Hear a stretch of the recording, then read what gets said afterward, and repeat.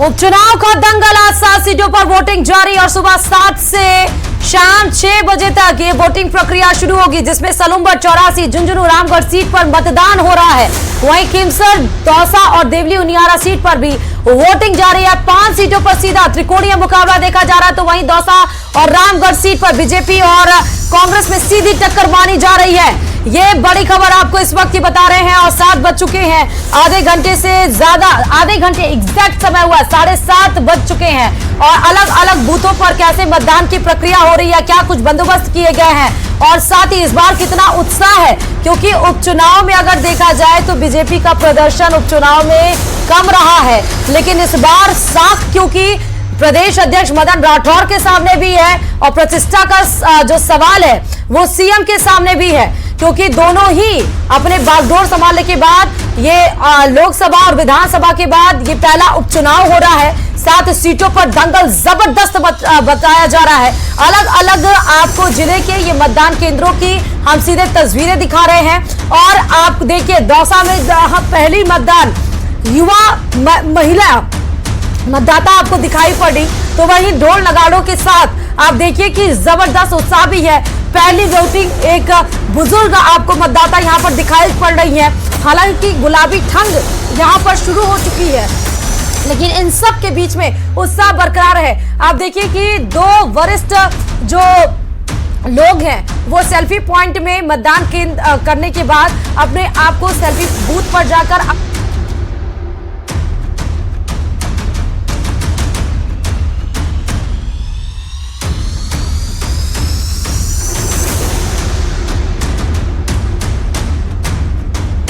ये जो तमाम इंतजाम किए जाते हैं ताकि वो मतदाताओं को आकर्षित कर सके और 7 सीटों पर, चाहे हम बात करें खींवसर की यानी नागौर की खींवसर की, चाहे वो डूंगरपुर की, चाहे वो झुंझुनू की, चाहे वो सलूम्बर, डूंगरपुर मतलब 84 सीट की हम बात कर रहे हैं, चाहे वो सलूम्बर की, चाहे टोक के देवली उनियारा की, अब ये और दौसा और रामगढ़ की, हर जगह पे इंतजाम इसी तरह किए गए। आप देखिए कि मतदाता आए, उनके लिए भी ढोल नगाड़ों के साथ वहां पर देखिए इंतजाम किए गए हैं। आरती की दीपक वहां पर तैयार की गई है। ये सब कुछ लुभाने के लिए, ये सब कुछ कि अपने घरों से निकलकर मतदाता मतदान केंद्र तक पहुंचे, क्योंकि बेहद ज्यादा जरूरी हो जाता है।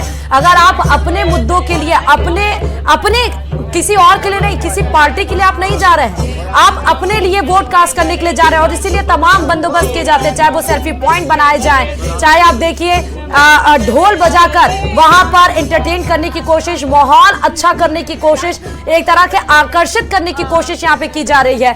2 वरिष्ठ नागरिकों को आप देख सकते हैं, दोनों लोग आए हैं सुबह गुलाबी ठंड में और उसके बाद सेल्फी बूथ पर जाकर सेल्फी भी खिंचवाई। एक बुजुर्ग यहाँ पर महिला देखिए आई है और सीधे उनको पकड़ कर उनको दिखाया जा रहा है, जो उंगली पर उनकी स्याही लगी हुई है, फोटो खिंचवाती हुई। तो देखिए ये बताता है कि जागरूकता कितनी ज्यादा है। और 7 सीटों पर इस बार जबरदस्त का उत्साह इसलिए क्योंकि 69 कैंडिडेट्स इस बार चुनावी मैदान में है और 5 सीटों पर तो सीधा त्रिकोणीय मुकाबला आप देख रहे हैं। चाहे वो नागौर के खींवसर की बात हो, ये सीट हालांकि आरएलपी हनुमान बेनीवाल के पास थी, यहाँ पर गठबंधन की सरकार थी, लेकिन इस बार गठबंधन किसी का भी नहीं है।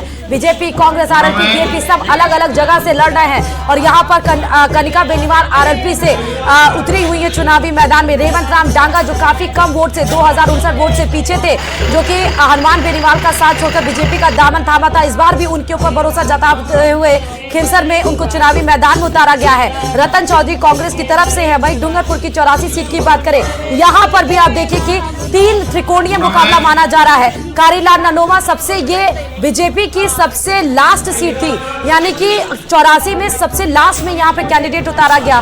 कारीलाल ननोमा बीजेपी, महेश रोत और अनिल कटारा। और वही झुंझुनू की हम बात करें तो झुंझुनू में राजेंद्र बाबू बीजेपी की तरफ से, अमित ओला जो कि दबदबा ओला परिवार का यहाँ पर रहा है, उनके जो दादाजी हैं वो केंद्रीय मंत्री भी रहे थे, जाट नेता रहे थे शीशराम ओला। और देवली उनियारा टोक से हम सीधे रुक कर लेते हैं। दौलत हमारे साथ जुड़ चुके हैं। देवली उनियारा में आधे घंटे 35 मिनट हो चुके हैं। दौलत, अभी वोटिंग की प्रक्रिया वहां पर किस प्रकार चल रही है, क्या लग रहा है आज देवली उनियारा में? दौलत, किस बूथ पर आ रहा? देखिए, वोटिंग की प्रक्रिया है वो 7 बजे से शुरू हो गई है। सुबह सुबह का समय है, ऐसे में युवाओं में उत्साह देखा जा रहा है। कुछ लोग यहाँ वोट देकर के निकले हैं। और उनियारा क्षेत्र के रोहित गांव में इस वक्त हम मौजूद हैं। और सुरक्षा व्यवस्था की बात करें तो चाक चौबंद व्यवस्था, ये क्रिटिकल बूथ है रोहित गांव का। इस बूथ पे हम यहाँ खड़े हैं और लगातार जो है वो वोटर यहाँ पर आ रहे हैं। जैसे तस्वीरों के जरिए देख सकते हैं, ये राजकीय उच्च प्राथमिक विद्यालय रोहित है। यहाँ पर ये बूथ बनाया गया है, क्रिटिकल बूथ है, यहाँ भारी सुरक्षा व्यवस्था है, वो तमाम व्यवस्था की गई है। और ये इस स्कूल में या बूथ में जो लोग हैं वो वोट डालने आ रहे हैं। हालांकि सुबह का समय है, ऐसे में इक्के दुक्के ही लोग आ रहे हैं। ये तस्वीर जो है वो 9 बजे बाद में यहाँ देखने में मिलेगी। हो सकता है वो वोटर है वो घरों से निकल के आए। फिलहाल अभी 1-2 लोग ही यहाँ पर आ रहे हैं और मतदान वो कर रहे हैं। हाँ। बात करें पूरे विधानसभा क्षेत्र की तो 307 बूथ यहां बनाए गए हैं, जिसमें 169 बूथ है उनके वेबकास्टिंग की जा रही है। और 3 लाख से ज्यादा मतदाता है वो अपने मताधिकार का प्रयोग करेंगे। 8 प्रत्याशी जो है वो मैदान में, उनके भाग्य का फैसला है वो ईवीएम में आज कैद हो जाएगा। सुबह 7 बजे से मतदान प्रक्रिया वो शुरू हुई है, जो लगातार अब चलती हुई रहेगी। जी दौलत, क्योंकि 2023 के अगर हम परसेंटेज की बात करें तो देवली उनियारा में 73.57% यहाँ पर हुआ था। लेकिन ये गर्मी का मौसम था और गर्मी के मौसम में सुबह सुबह ज्यादा लोग निकलते, लेकिन अब गुलाबी ठंड आ चुकी है, तो क्या इसीलिए भी आप देख रहे हैं कि थोड़ा उतनी हलचल नहीं है जितनी होनी चाहिए? जी बिल्कुल, सर्दी की वजह भी हो सकती है और खेतों में भी लोग काम कर रहे थे, उस वजह से भी हो सकता है। लेकिन हाँ, मतदान प्रतिशत है वो भी सुबह का आधा घंटा शुरुआती है, ऐसे में कह सकते हैं कि मतदान प्रतिशत है वो अच्छा खासा रहेगा। लेकिन ये एक दूर देहात मतलब जिसे कह सकते हैं ग्रामीण इलाका है।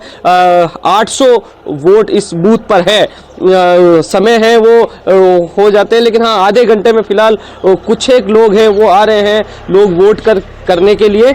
और परसेंटेज है वो शाम तक ठीक हो जाएगा। लेकिन फिलहाल वो है ये पुलिस पार्टी, मोबाइल पार्टी, सुरक्षा यहाँ लगातार गश्त करते हुए, क्योंकि ये क्रिटिकल बूथ है रोहित गांव में, तो यहाँ जाब्ता भी पुलिस का तैनात किया गया है। और लोगों को जागरूकता फैलाने के लिए निर्वाचन विभाग ने भी तमाम जो व्यवस्था है वो की है। यहाँ आदर्श बूथ है, दिव्यांगों के लिए, महिलाओं के लिए बूथ है, वो अलग अलग बूथ बनाए गए हैं। ठीक है, लेकिन ये सीट परिवर्तित होती रही, लेकिन 2 बार से हरीश मीणा यहाँ से विधायक रहे हैं और इस बार भी त्रिकोणीय मुकाबला है। सीधे आप देखिए, सीधे ये बड़ी खबर इस बीच आपको बता रहे कि भंडारा बादर बूथ संख्या 105 पर ईवीएम खराब हुई है और ईवीएम में खराबी आने से मतदान जो हुआ है वो बाधित हो चुका है। भंडारा बादर बूथ संख्या 105 पर ईवीएम खराब हो चुकी है। ये पहली ईवीएम खराब होने की खबर सीधे आपको न्यूज़ 18 राजस्थान दिखा रहा है।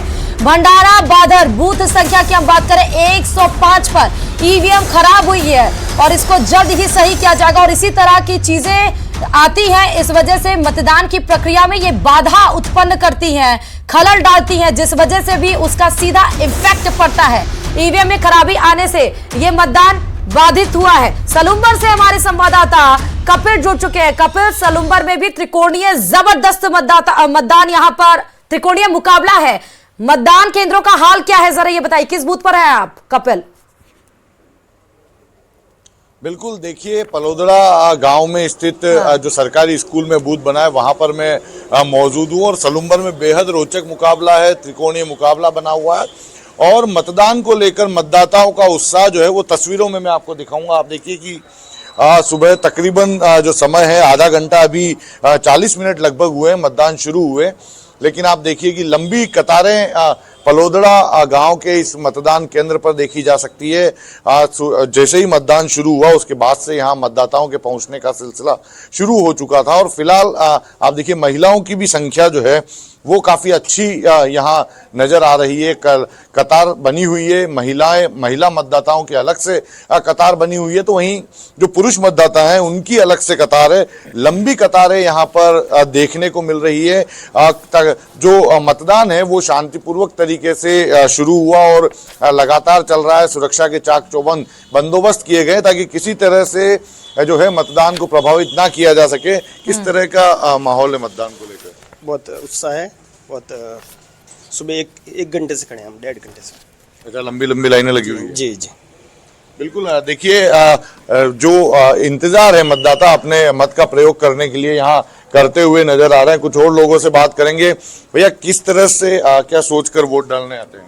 कर्तव्य है हमारा ये वोट डालने का, सभी को कर्तव्य है, सबको अधिकार है, सबके मत में हित में चलना चाहिए अपने को। किन मुद्दों को ध्यान में रख के वोट देते हैं? मुद्दों को ध्यान में रख के जो भी है, मैं आपको बताऊं कि अपने अधिकार के लिए और जो भी खड़े हुए हैं अपने उम्मीदवार, उनको अपने हित में रखने के लिए वोट के अधिकार। बिल्कुल। देखिए, वोट देना हर मतदाता का अधिकार है, एक जिम्मेदारी है, और उसी जिम्मेदारी का निर्वहन करने के लिए आप देखिए कि कतारें हैं। जो लोग कतार में पीछे हैं वो बैठकर अपनी बारी का इंतजार कर रहे हैं। कुल सलुम्बर विधानसभा में 6 प्रत्याशी चुनावी मैदान में हैं, जिसमें त्रिकोणीय मुकाबला है। भाजपा और कांग्रेस के सामने भारत आदिवासी पार्टी के प्रत्याशी भी हैं। कुल 2,97,977 मतदाता जो हैं वो इस सलुम्बर विधानसभा में रजिस्टर्ड है, और कुल 296 मतदान केंद्र बनाए गए हैं। 7 आपके पीछे मुझे जो है वो बहुत रिजर्व अलग-अलग मतदान जो है वो कैटेगरीज में लोग दिख रहे हैं, युवा भी दिख रहे हैं, बुजुर्ग भी दिख रहे हैं। सबसे फटाफट पूछ लीजिएगा किन मुद्दों पर आज दे रहे हैं, और क्या आज किस हिसाब से आज ये वोट कास्ट करने के लिए आए हैं? कपिल। बिल्कुल। देखिए, हर तरह के मतदाता आपको यहाँ पर हर वर्ग के मतदाता नजर आएंगे। युवा, बुजुर्ग मतदाता जो है वो नजर आएंगे। आप बताइए कि क्या मुद्दे हैं आपके इलाके के? मुद्दे तो हमारे क्षेत्र के आदिवासी एरिया है, इसमें शिक्षा है, स्वास्थ्य है, रोजगार है, और आवागमन के लिए कई गांवों में रास्तों की समस्या है। ऐसी कई मुद्दे हैं। अच्छा, मतदान करने आए, क्या सोच के आए? हाँ ठीक है सर। क्या मुद्दे क्या है? मुद्दे तो ठीक है सर। काम हो रहा है, नहीं हो रहा? हाँ, काम हो रहा है सर। बिल्कुल। देखिए, ये एक ऐसी सीट है जहां पर भारतीय जनता पार्टी अपनी साख बचाने के लिए चुनाव लड़ रही है। कांग्रेस फिर से सत्ता में आना यहाँ पर अपनी जीत हासिल करना चाहती है, और भारत आदिवासी पार्टी जो है यहाँ अपने पांव जमाना चाहती है। तो त्रिकोणीय काफी रोचक मुकाबला है। और भी लोगों से बात करेंगे। क्या क्या मुद्दे हैं आपके इलाके के? बहुत अच्छे चल रहे मुद्दे हमारे। वोट डालने आए, कितनी देर से लगे हुए हैं? अब देख लो, ये इतनी लंबी लाइन है, 1-2 घंटे तो और लगेंगे। या लाइन में खड़े रहते, एक ही बूथ लगाए, क्या करेंगे आदमी? ड्यूटी वाले क्या करेंगे? यार लेट हो रहे आदमी। लंबी कतारें होने से मतदाताओं को इंतजार करना पड़ रहा है, लेकिन हम और भी लोगों से यहाँ बात करने की कोशिश करेंगे कि किन मुद्दों के साथ में वे मैदान में उतरे। भैया, किस तरह के मुद्दे हैं आपके इलाके में? तो क्या है, सब सब ठीक है, सब बढ़िया है सब। अच्छा, वोट डालने की एक जिम्मेदारी है सबकी, तो यही होना चाहिए। ठीक है सर। अच्छा, आप बताइए कि क्या क्या मुद्दे हैं? विकास के मुद्दे सबसे तरह से जो रोड का है, पेयजल समस्या है, और आवागमन, उसके बाद में हॉस्पिटल की सारी व्यवस्था। ठीक है। आदिवासी अंचल के युवाओं के लिए किस तरह से काम हो रहा है? काम तो कुछ हो नहीं रहा है, तो पॉलिटिक्स। ठीक है। सलुम्बर हॉट सीट भी है, क्योंकि बीजेपी, बीएपी और कांग्रेस, और साग बचाना है बीजेपी को, अपने लिए रास्ता खोजना है कांग्रेस को, और बीएपी के अलग अपने हैं आदिवासी बहुल क्षेत्र है। खिंसर से महेंद्र हमारे साथ जुड़े हुए हैं। कपिल, मैं आपकी तरफ रुख करूंगी दोबारा, लेकिन खिंसर में अभी क्या है, क्योंकि देखा जाए तो सबसे ज्यादा उत्साह नजर आ रहा है दौसा में, उसके बाद खिंसर कहीं ना कहीं नजर आ रहा है। महेंद्र, क्या हाल है? और रेवंत राम डांगा से तो आपने बात भी की अभी। बिल्कुल। देखिए, खिंसर में बूथों पर भीड़ लगनी शुरू हो गई है। हमारे साथ नौजवान मतदाता है। किन मुद्दों पर वोट डाल कर आयो? विकास के मुद्दे पर वोट डाल दिया? दिखाओ तो उंगली। वोट डाल दिया। बिल्कुल, देखिए वोटर ने अपना वोट डाल दिया, विकास के मुद्दे पर वोट डाला है। इस क्षेत्र में किस तरह के विकास की जरूरत महसूस की जा रही है? बिजली, पानी, शिक्षा। और हुए काम? हाँ, थोड़े बहुत हुए। और किस तरह की जरूरतें महसूस की जा रही है क्षेत्र में? पानी की, पानी और बिजली यहाँ का हमेशा से खिंसर का बड़ा मुद्दा रहा। नौजवान है, आपके भी इस तरह की? हाँ जी, वोट डालने जा रहे हो? डाल रहे जी, वोट डाल। तो आप किन मुद्दों पे वोट डाल रहे हो? डांगा साहब। अच्छा, तो ये बीजेपी को वोट डाल रहे हैं, तेरे डांगा साहब पे डाल रहे हैं। इसी तरीके से महिलाएं हैं। भाई जी, वोट डाल दियो? डालन आयो? कहीं देकर वोट दो? मिनक देकर फूल। राम। तो ये महिलाएं हैं जो फूल देकर है। हाँ करनी नहीं वहाँ पे। तो सासू और बहुएं जब साथ आती है तो कल्चर है यहाँ का, बहुएं ज्यादा बोलती नहीं है, घूंघट में है। महेंद्र वहीनी से उन्हीं से और बात कर सासू माँ ने बता दिया कि हाँ। सब सासू भिनड़ी हो, तो ये बहुएं हैं और सासू वोट डलवाने के लिए परिवार से सब लोग एक साथ ही आते हैं। इसी तरह का कल्चर है ये मारवाड़ में। हाँ। और अब वोट डालने के लिए जा रहे हैं, तो बुजुर्ग महिला ने महेंद्र क्योंकि बता दिया कि वो क्या करने वाली है। तो इस तरह 2023 में वोटिंग कास्ट परसेंट था 73.49%। अभी क्या लग रहा है कि ये वोटिंग कास्ट परसेंट इस बार जिस तरह भीड़ लग रही है वो ज्यादा बढ़ेगा कि नहीं, क्या लग रहा है? देखिए खियूसर का टेम्परामेंट जैसा लग रहा है उससे ये लग रहा है कि वोटिंग कास्ट पिछले से 1-1.5-2% बढ़ भी सकता है। इसकी गुंजाइश बहुत ज्यादा है। क्योंकि जहां जहां से वीडियो सुबह सुबह आ रहे हैं, कतारें लगनी शुरू हो गई है। मॉर्निंग में आमतौर पे जो बुजुर्ग सीनियर सिटीजन या महिलाएं होती है वो आती है, लेकिन नौजवान भी आ रहे हैं सुबह सुबह। तो तीनों तरह के वोटर आ रहे हैं, बुजुर्ग आ रहे हैं, महिलाएं आ रही है, बुजुर्ग महिलाएं आ रही है और नौजवान वोटर भी आ रहे हैं। आमतौर पे नौजवान वोटर 10 बजे के बाद ही वोटिंग करने के लिए आता है। सुबह सुबह यहाँ ग्रामीण परिवेश में महिलाएं और बुजुर्ग वोटर आते हैं, लेकिन अब हर तरह के वोटर देखे जा रहे हैं। इसका मतलब यही है कि वोटर घर से निकल रहा है। और ग्रामीण क्षेत्र में एक गांव में 2,500-3 हजार इस तरह के वोट होते हैं, लेकिन फिर भी अगर भीड़ आ रही है तो इसका मतलब ये महेंद्र आपके पास लौटूंगी। सलुम्बर रुक कर लेते हैं, कपिल हमारे साथ जुड़े हुए हैं। सलुम्बर की देखिए कपिल आपसे बात भी हो रही थी और लोगों से भी बात करते जाइएगा कि इस बार उनकी पसंदीदा पार्टी क्या बनी है? क्या राष्ट्रीय मुद्दे इस बार हावी हैं या लोकल मुद्दे पर वो इस बार वोट दे रहे हैं? डबल इंजन की सरकार पसंद की जा रही है या विपक्ष? देखिए सलुम्बर में उपचुनाव इसलिए हो रहे हैं क्योंकि यहाँ जो विधायक थे अमृतलाल मीणा उनका निधन हो गया और लगातार 3 बार से वो सलुम्बर विधानसभा क्षेत्र में जीत हासिल करते आए थे। ऐसे में बीजेपी यहाँ पर लगातार मजबूत स्थिति में बनी हुई थी, लेकिन अब जो अमृतलाल मीणा दिवंगत विधायक थे उनकी पत्नी शांता देवी मीणा को बीजेपी ने चुनावी मैदान में उतारा। हालांकि आप देखिए कि शांता देवी मीणा का जो वोट कास्ट करने का जो विधानसभा क्षेत्र है वो सलुम्बर नहीं आता, तो वो खुद अपने आप को यहाँ वोट नहीं दे पाएगी। दूसरी ओर यहाँ कांग्रेस की स्थिति की अगर बात करें तो रेशमा मीणा को चुनावी मैदान में उतारा। रेशमा मीणा पूर्व में कांग्रेस से बगावत करते हुए बागी प्रत्याशी के तौर पर रघुवीर मीणा के सामने चुनाव लड़ चुकी थी। तो इसको लेकर रघुवीर मीणा नाराज थे। भारत आदिवासी पार्टी की अगर बात करें तो जितेश कटारा जो कि पिछले विधानसभा चुनाव में भी यहाँ से सलुम्बर से भारत आदिवासी पार्टी के प्रत्याशी रहे हैं, तो वे उन्हें एक बार फिर से इस पार्टी ने चुनावी मैदान में उतारा। तो यहाँ जो मुकाबला है रोचक बनता जा रहा है और त्रिकोणीय मुकाबला जो कि कड़ी टक्कर का मुकाबला कहा जा सकता है वो सलुम्बर विधानसभा क्षेत्र में देखने को मिल रहा है। यहाँ आप देखिए कि भारत आदिवासी पार्टी की अगर हम बात करेंगे तो वो यहाँ पर अपना पैर जमाना चाहती है, क्योंकि अगर पिछले विधानसभा चुनाव की बात करें तो लगभग 24.24% जो वोट है वो भारत आदिवासी पार्टी को मिला था। हालांकि जीत भारतीय जनता पार्टी के अमृतलाल मीणा ने हासिल की थी। उसके बाद में अगर हम लोकसभा चुनाव की बात करें और लोकसभा चुनाव में जब मतगणना चल रही थी और विधानसभा वार जब मतगणना चल रही थी तो उस समय सलुम्बर विधानसभा ऐसा क्षेत्र था जहां पर लगातार भारत आदिवासी पार्टी जो है इन दोनों राष्ट्रीय पार्टियों मैं कपिल आपको रोकना चाहूंगी, आशीष की तरफ रुख कर लेते हैं क्योंकि मुरारी लाल मीणा वहां पे मौजूद है। आशीष उनसे क्या कुछ बात कर रहे हैं वो आपको सीधे सुनाते हैं।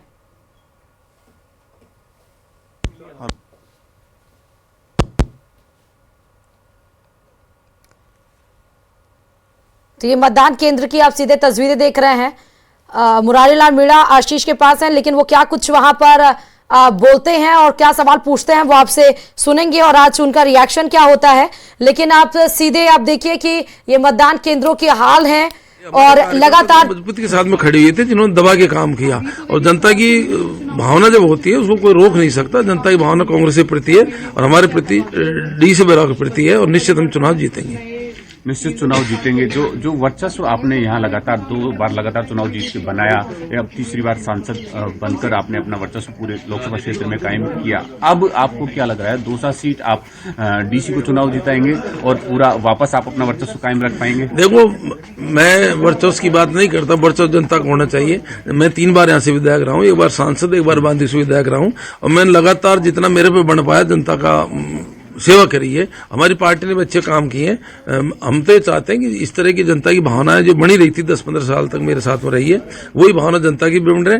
और डीसी को भी मैं यही कहूंगा कि सब मिलकर के हम, पहले मैं यहाँ विधायक था, मैं सांसद बन गया, 1-11 होते हैं, हम दोनों मिलकर के जो भी मेरे अधूरे कार्य हैं, जो भी हमारी पार्टी के अधूरे कार्य है, कोशिश करेंगे वो सब कार्य पूरे हों। वो भी तो डबल इंजन की बात कर रहे हैं। ऐसा उनका डबल इंजन 100% फेल है। आपने देखा हो 11 महीना में क्या स्थिति हुई। अभी मुख्यमंत्री जी आए थे, रोड शो किया था उन्होंने, और मुख्यमंत्री जी कह रहे थे कि हम ERCP का शिलान्यास करेंगे। अभी कितना बड़ा सत्य है। ERCP का काम पिछले 2 साल से, जब से हमारी सरकार थी, इस प्रदेश के अंदर चल रहा है। नवनेरा डैम फिजिकल है, नवनेरा डैम करीब 70% पूरा हो गया, वो ERCP का ही भाग है। ईसरदा डैम करीब 90% पूरा हो गया, वो ERCP का भाग है। अब वो शिलान्यास पता नहीं कितना करेंगे, केवल ERCP के नाम पे भ्रमित कर रहे हैं। मैं आपको बताना चाहूंगा कि हमने पूरा प्रोजेक्ट पढ़ा है, इनका MOU आज तक जनता के बीच में आया नहीं। और 2,80,000 हेक्टर टोटल इस प्रोजेक्ट में इरिगेटेड क्षेत्र है, जिसमें आधा मध्य प्रदेश का, आधा हमारा है। हमारा जो पहले प्रोजेक्ट था उसमें जो MOU था 2004 की गाइडलाइन के आधार पर था। नए MOU में इन्होंने राजस्थान को घाटा किया है। और ठीक है, बहुत शुक्रिया आशीष। आप मुरारी लाल मीणा को सुन रहे थे दौसा में, जहां बीजेपी और कांग्रेस के बीच में सीधी टफ फाइट है। लगातार 7